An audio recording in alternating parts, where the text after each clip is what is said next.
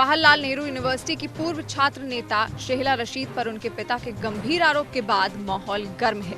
अब्दुल राशिद शोरा ने जम्मू कश्मीर के डीजीपी को लिखी 3 पन्नों की चिट्ठी में अपनी बेटी से जान का खतरा बताया था और उसके देश विरोधी गतिविधियों में शामिल होने की बात कही थी।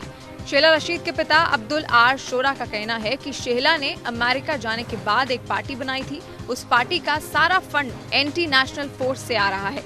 साथ ही शेहला के पिता अब्दुल राशिद शोरा ने अपनी जान पर खतरा बताया। डीजी साहब को भी मैंने बता दिया कि मेरी रेजिस्टेंस के कारण ही शायद मैं कहीं असली राग को छू गया इनकी, तब जाके ये इतना वायलेशन किया इन्होंने। यहाँ तक कि देखिए ना, बाप के ऊपर चार्जेस लगाना। देखिए ना जो एंटी नेशनल फोर्सेस होते हैं वही ये फंडिंग करते हैं। नेशनल पार्टी कोई इनको फंड नहीं करेगी ना। इसका मतलब कोई फोर्सेस है जो इनको फंडिंग कर रहे हैं, जिसकी बिना पे ये सब कुछ चला रहे हैं। अपने पिता के इस तरह के आरोप लगाए जाने के बाद शेहला ने सफाई दी और इन्हें आधारहीन घृणित बताया है।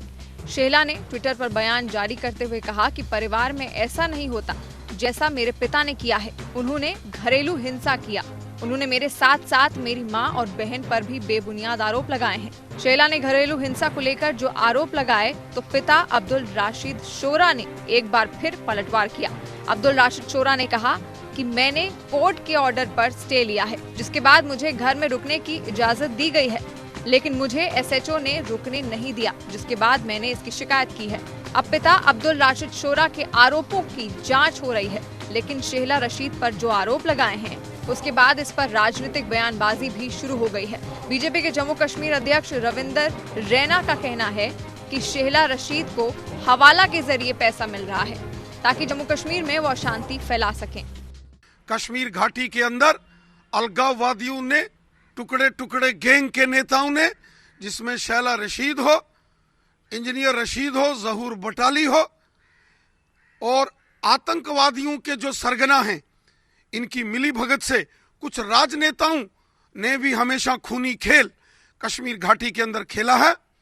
आज जब शेहला रशीद के पिता ने ये सारा काला चिट्ठा इनका उजागर किया है तो सारी दुनिया के सामने सच सामने आया है। जेएनयू की पूर्व छात्रा शेहला रशीद का विवादों से पुराना नाता रहा है। शेहला रशीद लगातार मोदी सरकार के विरोध में बयानबाजी कर सुर्खियां बटोर चुकी हैं।